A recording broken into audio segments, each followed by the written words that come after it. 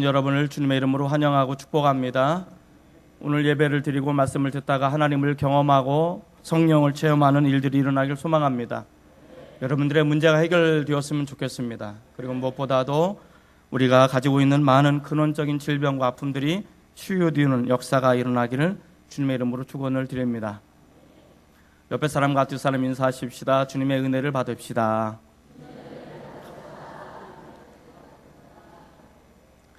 날씨가 매우 뜨겁죠. 날씨가 너무 더워가지고 제가 여러분들에게 잘 하지는 않지만 유머를 하고 시작하도록 하겠습니다.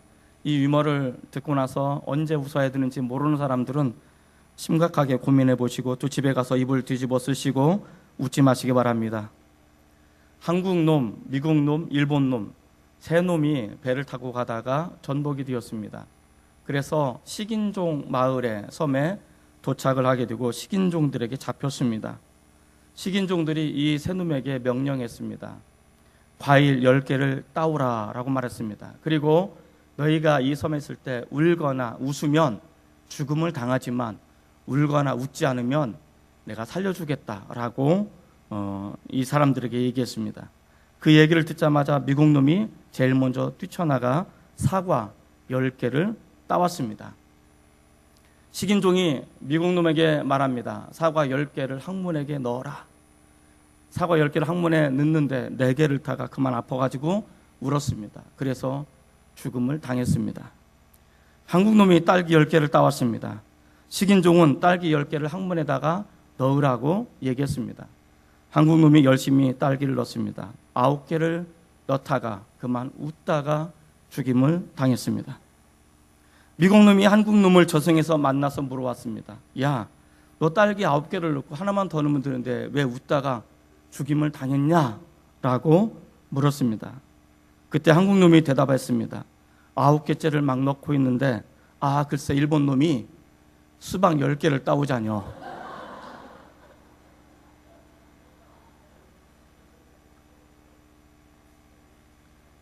아직도 웃지 않는 분이 있어요.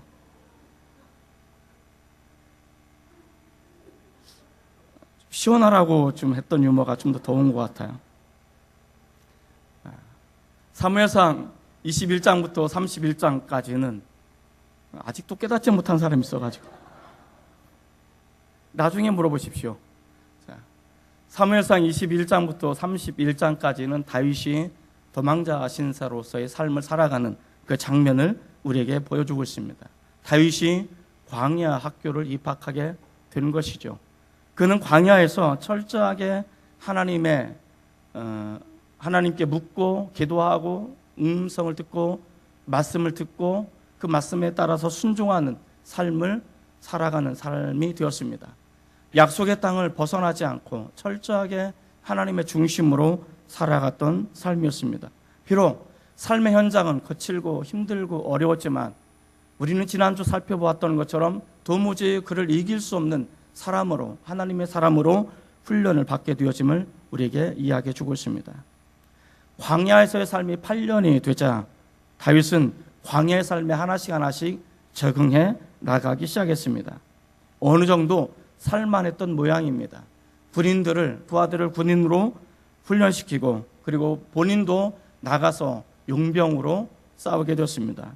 다윗은 그리고 다윗과 그의 군대는 용병으로서 어느 정도 명성을 날리게 되었습니다. 나름대로 살만하다고 해야 될까요? 그런 상황에 있었습니다. 자, 그렇다고 해서 다윗의 신분이 바뀐 것은 아닙니다. 그는 여전히 도망자였고, 그는 여전히 사울의 입장에서 보면 반역자의 우두머리에 불과했던 것입니다. 여전히 그는 쫓기는 인생, 도망치는 인생이었기 때문에 언제 잡힐지 모르는 불안과 두려움이 늘 상존하는 그런 삶을 살게 되었습니다. 그래서 다윗은 매우 중요한 결정을 하기로 생각했습니다. 그리고 그는 선택을 했습니다. 27장 1절 말씀을 한번 같이 보도록 하겠습니다. 27장 1절입니다. 같이 읽습니다. 시작. 다윗이 그 마음에 생각하기를 내가 후일에는 사울의 손에 붙잡히리니 블레셋 사람들의 땅으로 피하여 들어가는 것이 좋으리로다. 사울이 이스라엘 온 영토 내에서 다시 나를 찾다가 단념하리니 내가 그의 손에서 벗어나리라 하고, 다윗은 자신과 자신이 사랑하는 사람들의 생명과 물질을 지키고자 했습니다. 그리고 지도자로서 선택을 해야만 했던 것입니다. 자, 그래서 그는 마음에 생각하기를 블레셋 땅으로 가서 그 한적한 곳에 피신을 한다면 사울이 더 이상 나를 추적하지 않겠지. 그럼 내가 안락하고 안전한 그곳에서 살아갈 수 있을 거야 라고 생각을 했던 것입니다. 그런데 이 다윗의 선택은 이전의 다윗의 선택과는 사뭇 다르다는 것을 우리는 알 수 있습니다. 이전에 다윗은 이렇게 선택했습니다. 하나님께 묻습니다. 하나님, 내가 무엇을 했으면 좋겠습니까? 하나님, 내가 어디로 가야만 합니까? 하나님, 이제 내가 어떤 선택을 해야 됩니까? 내가 무엇을 하리까?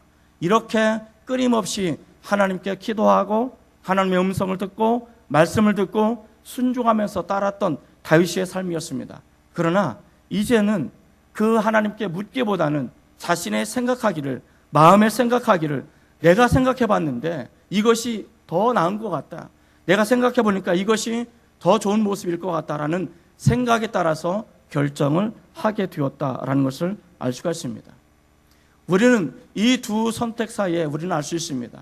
다윗에게 있어서 최선의 선택은 기도하는 선택이었습니다.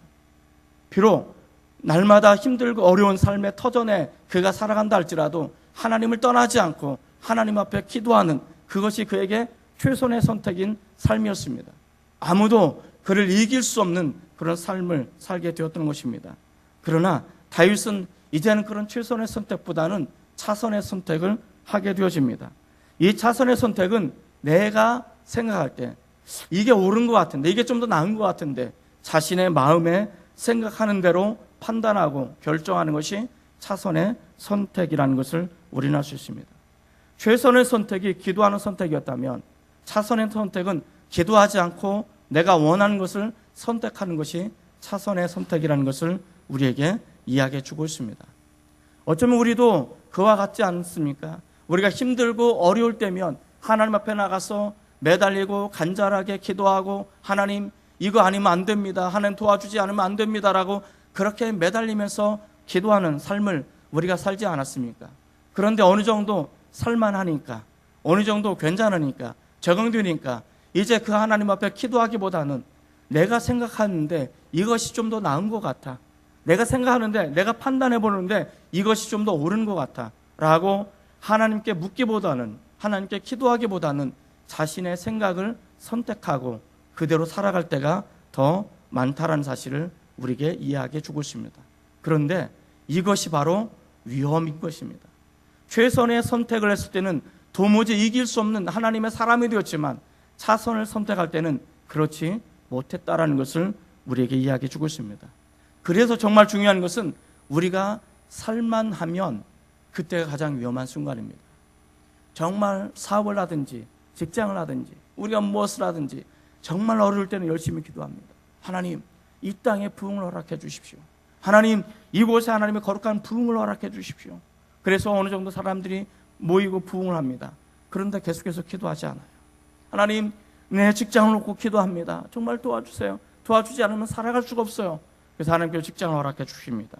그리고 어느 정도 이제는 먹고 살만 합니다. 더 이상 간절하게 하나님을 찾지 않습니다. 기도하지 않습니다. 왜냐하면 살만하니까 그렇습니다. 이때가 가장 무서운 것입니다. 살만할 때 우리의 영혼의 모습을 뒤돌아보시고 살펴보시기를 주님의 이름으로 축원을 드립니다. 자, 그렇다면 차선을 선택하고 차선의 선택이 가져다주는 교훈은 무엇일까? 차선을 선택하는 그 삶의 모습, 첫 번째, 작은 성공을 얻을 수 있다는 사실입니다. 따라해 볼까요? 작은 성공을 얻을 수 있습니다. 자, 27장 4절 말씀을 한번 같이 읽어보겠습니다. 4절입니다. 27장 4절 같이 읽습니다. 자, 시작.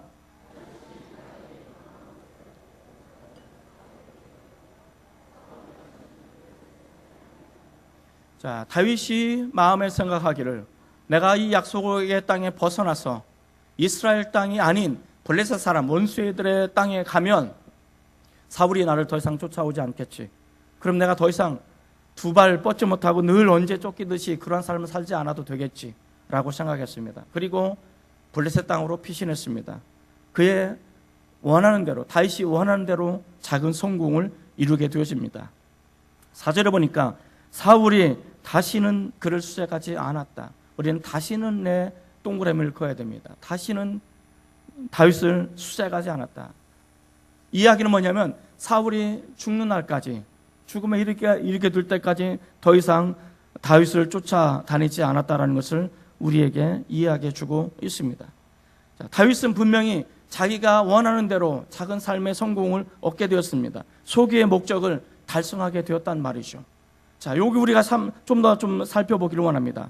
다윗이 어쨌든 중요한 것을 얻었는데, 자, 여기 보면 다윗이 사울에게 쫓기는 삶을 살 때를 생각해 보면 그는 하나님 앞에 날마다 긴장하듯이 매달리며 살았습니다. 그날 하나님 나에게 음성을 들려주지 않으면 더 이상 어떻게 될지 몰라서 불안해서 영적인 괴로움을 가져서 하나님을 찾지 않으면 살 수가 없었던 때가 있었습니다. 그러나 다윗은 더 이상 그렇게 간절하게 하나님께 매달리거나 간곡하게 기도하지 않게 되었습니다. 더 이상 하나님을 찾지 않게 되었던 것입니다. 육신적으로는 이제 안락하고 안전한 곳에 거하게 되었지만 그는 안락을 얻는 대신에, 그리고 편안함을 얻는 대신에 하나님을 더 이상 찾지 않는 그런 사람이 되었다는 것을 우리에게 이야기해 주고 있습니다. 저는 이 삶이 과연 행복한 삶이었을까? 왠지 모르게 다윗이 불쌍해 보이는 것은 아마 저만의 생각이 아닐 거라고 생각이 듭니다. 하나님을 간절하게 찾고 하나님의 음성이 없이는 단 하루도 살아갈 수 없다라고 생각됐던 그 시절, 그때는 늘 쫓기듯이 살아갔고 어려움이 있었고 고난이 있었지만 지금은 하나님을 찾지 않아도 안락하고 편안한 삶을 살게 되었던 것입니다. 이것이 행복한 삶이었을까? 저는 그렇게 생각지 않습니다. 자신이 원하는 안락한 삶을 얻는 대신에 하나님을 잃어버렸기 때문에 그렇습니다. 하나님과 동행하는 불편한 삶이 어쩌면 우리가 추구해야 될 삶이 아닌가 생각이 되어집니다. 한번 잘 생각해 보시기 바랍니다. 하나님과 상관이 없는 차선을 선택하게 되었을 때 우리는 작은 성공을 거둘 수 있고 우리는 원하는 것을 얻을 수 있습니다. 바로 그때 그것이 가장 위험한 순간이라는 것을 잊지 마시기 바랍니다. 내가 기도하지 않았는데도, 내가 내 마음의 판단에 따라서 차선의 선택을 해서 살았는데도 성공 가도를 달리거나 내가 잘 되거나 뭔가 잘 풀린다면 하나님이 나를 이렇게 사랑하시고 나를 이렇게 예뻐하시고 나를 이렇게 축복하시는구나 라고 생각하지 마시고 그때야말로 내 영혼이 가장 위험한 순간에 놓여져 있구나 라고 생각하시기 바랍니다. 왜냐하면 실제로 그때가 가장 위험한 순간이기 때문에 그렇습니다. 우리는 이 다윗과 같은 사람을 또 하나 발견할 수 있습니다. 누굴까요? 요나입니다. 요나. 자, 요나가 하나님으로부터 부름을 받았습니다. 그리고 미션을 수행받습니다. 이제 느느웨에 가서 내 복음을 전하라, 말씀을 전하라 라고 말했습니다. 그 당시 느느웨, 아수르는 이스라엘을 괴롭히는 그런 나라였습니다. 이 요나에게 있어서 생각하기를 이 아수르만 없다면, 이 나라만 없다면 우리가 얼마나 편안하게 괜찮게 살 수 있을까? 이 강대국 때문에 우리는 날마다 침략을 받고 빼앗기고 어렵고 고난에 찬 삶을 살아가는데 내가 그들에게 하나님의 말씀을 전한다고? 나는 그럴 수 없어 라고 생각했던 것입니다. 요나에게 있어서 최선의 선택은 느느웨에 가서 하나님의 말씀을 순종하는 것으로 전하는 것이었습니다. 그러나 그는 그런 최선을 선택하지 않고 차선을 선택하게 되어집니다. 그리고 욥바로 내려가서 느느웨 반대편에 있는 다시스라는 곳으로 가게 됩니다. 다시스는 지금으로 말하면 스페인의 땅입니다. 그 당시 사람들이 땅끝으로 여겼던 그곳으로 도망가고자 가게 되었습니다. 자, 그런데 이 요나가 차선을 선택하고 욥바로 가는데 때마침 다시스로 가는 배를 만나게 되었습니다. 그리고 다시스로 가는 배를 탔습니다. 때마침 순풍이 불고 그리고 돛을 단 이 배가 순풍에 잘 가게 되었습니다. 요나가 생각하기를 아마 이렇게 생각했을 것입니다. 거봐, 내 선택이 옳잖아. 내 선택이 괜찮았잖아 라고 생각했을지 모르겠습니다. 요나는 작은 성공에 취해서 이제 배 밑으로 내려가 깊은 잠을 자기에 드는 것이죠. 그리고 그 이후에는 우리가 잘 읽지 않아도 아는 내용입니다. 생각해 봅시다. 우리는 이곳에서 우리가 신앙생활하게 되어질 때, 때로는 살만하게 되어질 때, 우리 생각대로 우리 의지대로 결정하고 판단했을 때, 뭔가 잘 풀리고 잘 나가게 되어질 때, 그것이 꼭 성공으로 나가는 길이 아님을 우리가 한 번쯤은 되새겨보시기를 바랍니다.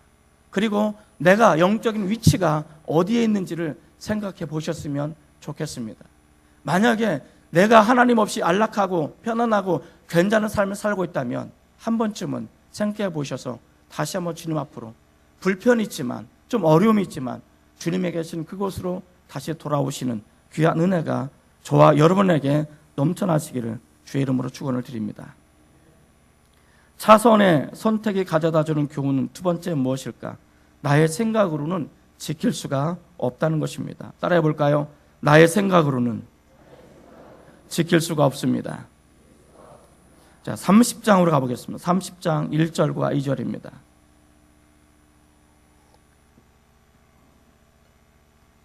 30장 1절과 2절. 자, 찾으셨습니까? 함께 같이 읽겠습니다. 시작. 다윗이 그와 사람들이 사흘 만에 시글락에 이른 때 아말렉 사람들이 이미 네겝과 시글락을 침노하였는데 그들이 시글락을 쳐서 불사르고 거기에 있는 젊거나 늙은 여인들은 한 사람도 죽이지 아니하고 다 사로잡아 끌어 자기 길로 갔더라. 다윗이 생각하기를 이 하나님의 약속의 땅에 벗어나서 블레셋 땅, 그리고 가장 안전하다라고 생각되어지는 시글락에 가면, 그곳에 정착하면 자신의 생명뿐만 아니라 자신의 사랑하는 사람 생명들도 지키고 물질도 지키고 자기의 자녀들도 지킬 거라고 확신했습니다. 그러나 이 아멜렉 사람들이 이 시글락을 침략하고 불태움으로 인해서 다윗의 생각이 완전히 깨졌음을, 잘못되었음을 우리에게 이야기해 주고 있습니다. 나의 생각과 나의 차선의 선택들이 때로는 성공 가도로 나갈 때 잘 됐다라고 생각해서는 안 되는 것입니다. 왜냐하면 그것이 끝이 아니기 때문에 그렇습니다. 중요한 것은 다윗의 선택에 의해서 선택되어진 삶이 엄청난 시련과 위기가 다가오게 되었다는 것입니다. 그토록 지키고 싶었던 사람들, 그토록 지키고 싶었던 많은 것들을 한 번도 지킬 수 없고 다 잃어버리게 되었다는 것을 우리에게 이야기해 주고 있습니다.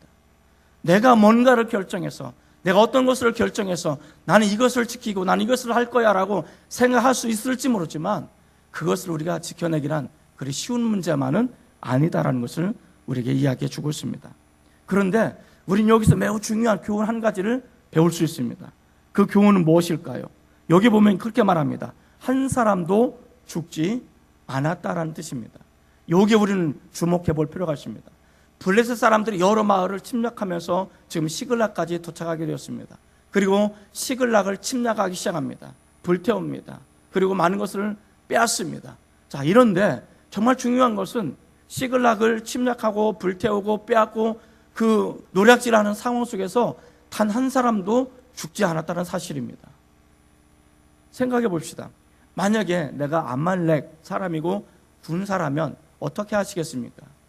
자, 내가 어느 마을을 침략하고 어느 도시를 침략해 갔습니다.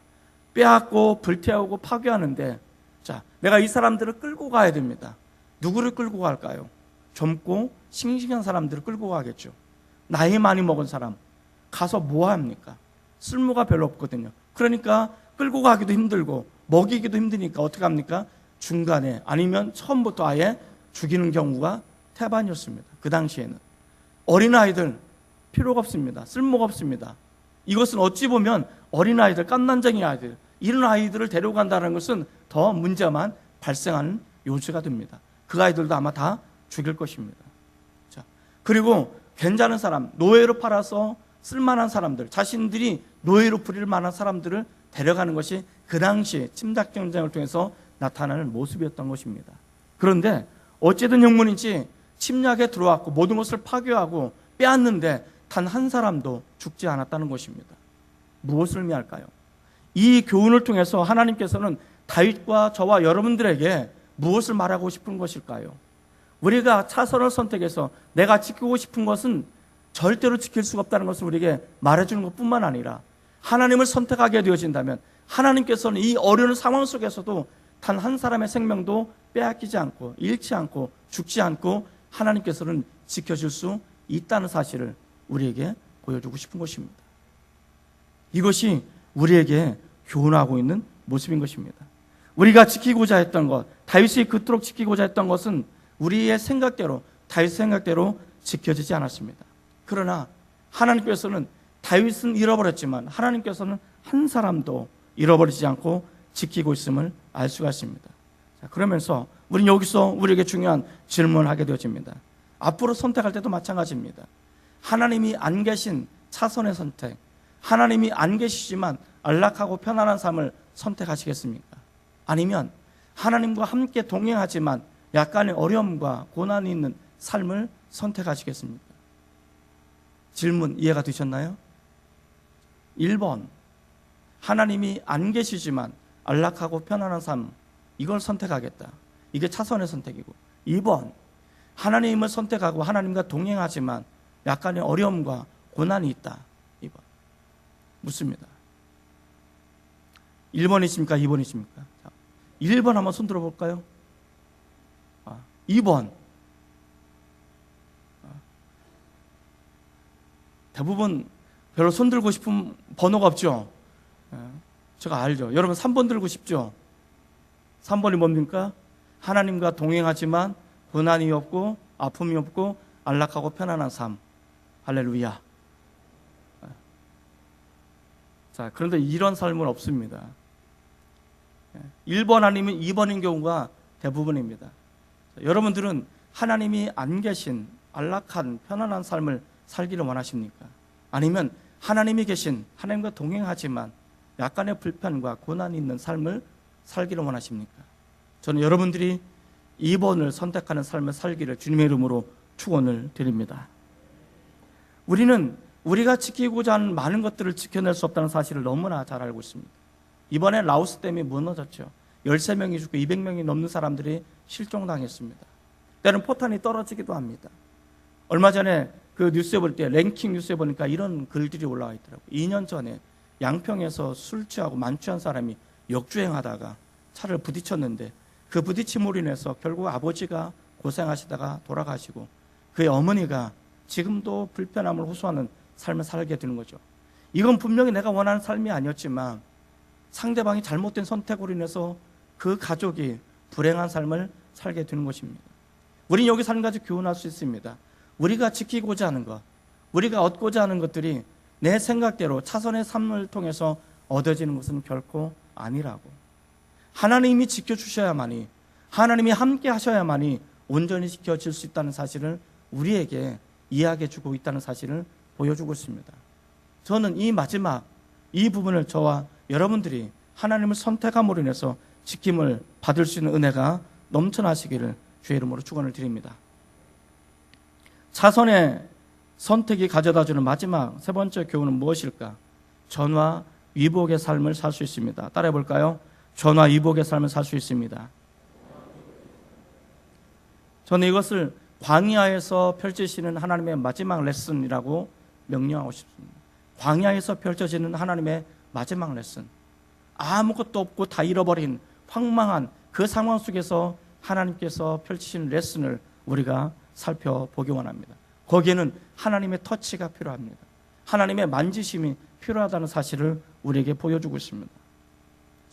저는 설교 시간에 유머를 잘 하지 않는데 다시 한번 유머를 하겠습니다. 여자들이 본 사저가 있습니다. 사저. 자, 키 작은 남자를 뭐라고 하는지 아십니까? 루저라고 말합니다. 루저. 못생긴 남자를 뭐라고 부르는지 아십니까? 후저. 돈 없는 남자를 뭐라고 부르는지 아십니까? 꺼져. 이 세 개가 다 없는 사람 남자를 뭐라고 부르는지 아십니까? 뒤져. 어쩌면 이 다윗이 지금 이 네 번째에 해당되는지는 모르겠습니다. 죽을 수밖에 없는 상황이잖아요. 자기 사랑하는 사람 다 빼앗겼어요. 어디로 갔는지 몰라요. 찾을 수도 없어요. 이 절체절명의 순간, 이 마지막 순간 하나님께서 함께하지 않으면 이 상황을 역전시킬 수 없는 그 상황, 바로 신의 한 수가 필요한 거죠. 그래서 여기서 하나님께서 이 마지막 광야에서 마지막 레슨을 통해서 다윗이 어떻게 전화위복의 삶을 살게 되었는지 우리가 5가지로 이것을 보도록 하겠습니다. 첫 번째, 전화위복의 삶은 무엇입니까? 하나님을 다시 찾고 하나님이 주시는 힘을 힘입어서 용기를 갖게 되었다라고 말합니다. 30장 6절 말씀을 한번 같이 읽겠습니다. 30장 6절입니다. 30장 6절 같이 읽습니다. 시작. 백성들이 자녀들 때문에 마음이 슬퍼서 다윗을 돌로 치자 하니 다윗이 크게 다급하였으나 그의 하나님 여호와를 힘입고 용기를 얻었더라. 자, 한 번도 안락한 삶을 살아갈 때, 잘 나가게 되어질 때 하나님을 찾지 않다가 이제는 모든 것을 다 빼앗기고 아무것도 없을 때 어떤 선택을 해야 될지 선택할 여지도 없는 그 상황 속에 다윗이 하나님을 긴급하게 찾기 시작합니다. 가장 중요한 순간, 가장 절제절명의 이 순간, 바로 하나님의 이름을 부를 때, 하나님을 찾게 되어질 때 하나님께서는 그 순간에 다윗에게 힘을 주십니다. 그리고 이 힘을 힘입어서 다윗은 용기를 갖게 되었더라라고 말합니다. 모든 것을 다 빼앗기고 아무것도 남아있는 없고 전부 다 불타 잿더미가 되어진 그 상황 속에서 어디로 갔는지도 몰라요. 어떻게 쫓아가야 될지도 몰라요. 무엇을 선택할 수도 없어요. 바로 이 절체절명, 가장 중요한 순간, 가장 어려운 순간, 바로 그 순간에 다윗은 하나님을 기억했더라는 것입니다. 그리고 하나님을 찾았더라는 것입니다. 하나님께서는 그 짧은 순간에 다윗에게 용기를 갖게 합니다. 힘을 주십니다. 그리고 다윗이 그 힘을 힘입어서 용기를 얻게 되었다라고 말하고 있습니다. 여러분, 이 상황 속에 용기를 갖는다는 것은 쉬운 것이 아닙니다. 이러한 쫓기고 어렵고 가장 절망의 순간에 내가 다시 한번 용기를 갖고 일어날 수 있다는 것은 그리 쉬운 문제는 아닙니다. 그러나 하나님께서는 이 어려움을 통해서 하나님을 찾게 되었을 때 하나님께서는 그에게 힘을 주시고 능력을 주셔서 용기를 갖게 만드셨다라고 이야기해 주고 있습니다. 여러분의 삶이 얼마나 어려운지는 모르겠습니다. 어떤 상황이 놓여 있는지는 모르겠습니다. 그러나 하나님을 찾게 되어진다면 하나님이 우리에게 힘과 능력을 주셔서 우리는 어떤 상황이든지 용기를 갖게 될 거라 믿습니다. 두 번째, 전화위복의 삶은 무엇입니까? 다시 기도가 회복되었다는 것을 이야기해 주고 있습니다. 차선의 선택으로 인한 고통 속에서 다윗이 기도하기 시작하자 하나님께서는 즉각적으로 응답하시기 시작하셨습니다. 30장 8절 말씀을 함께 같이 읽겠습니다. 30장 8절입니다. 자, 시작.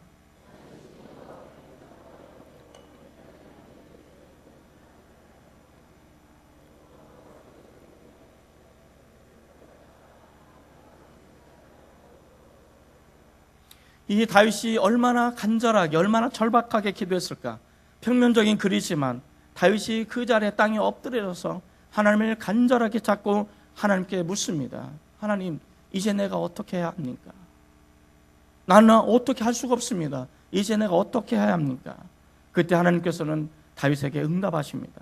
무려 1년 6개월 만에 다윗이 기도하고 하나님께서 1년 6개월 만에 그에게 응답을 하십니다.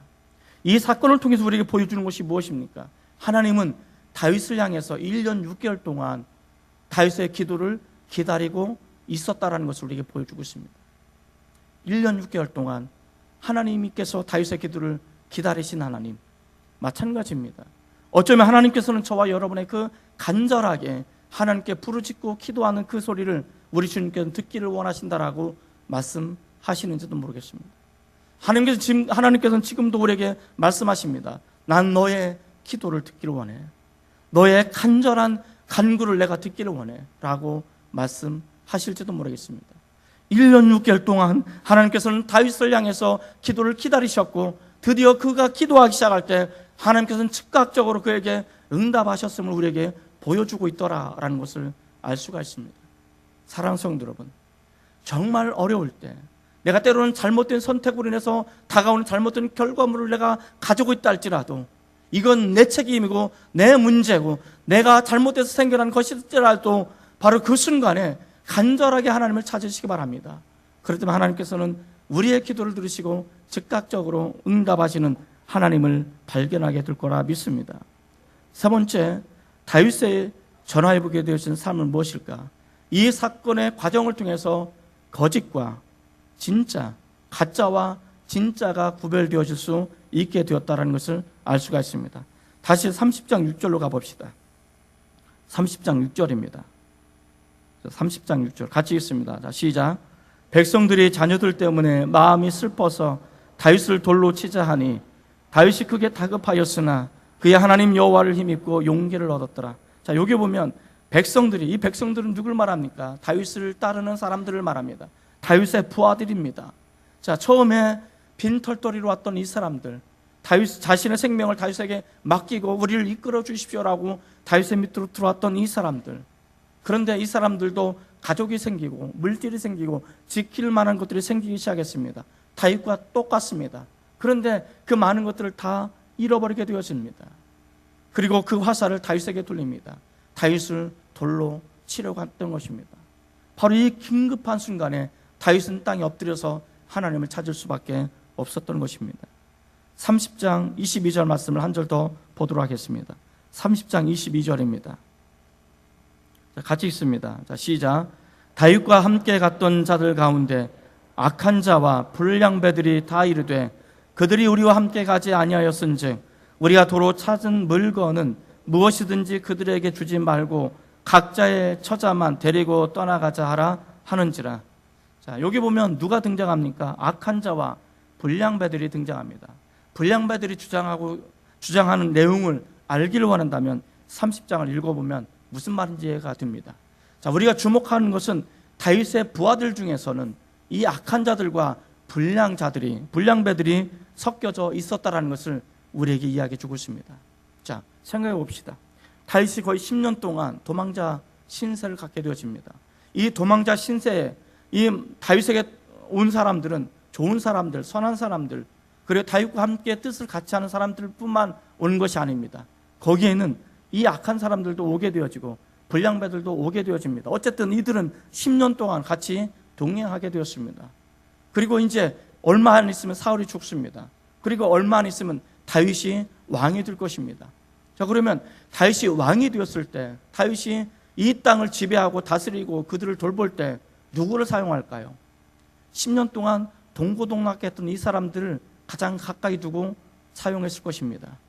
그런데 이 다윗이 사용해둘 그 사람들에는 좋은 사람, 하나님의 뜻에 순종한 사람만 있는 것이 아니고 이렇게 악한 사람들, 불량스러운 사람들도 함께 섞여져 있었다는 것을 이야기해 주고 있습니다.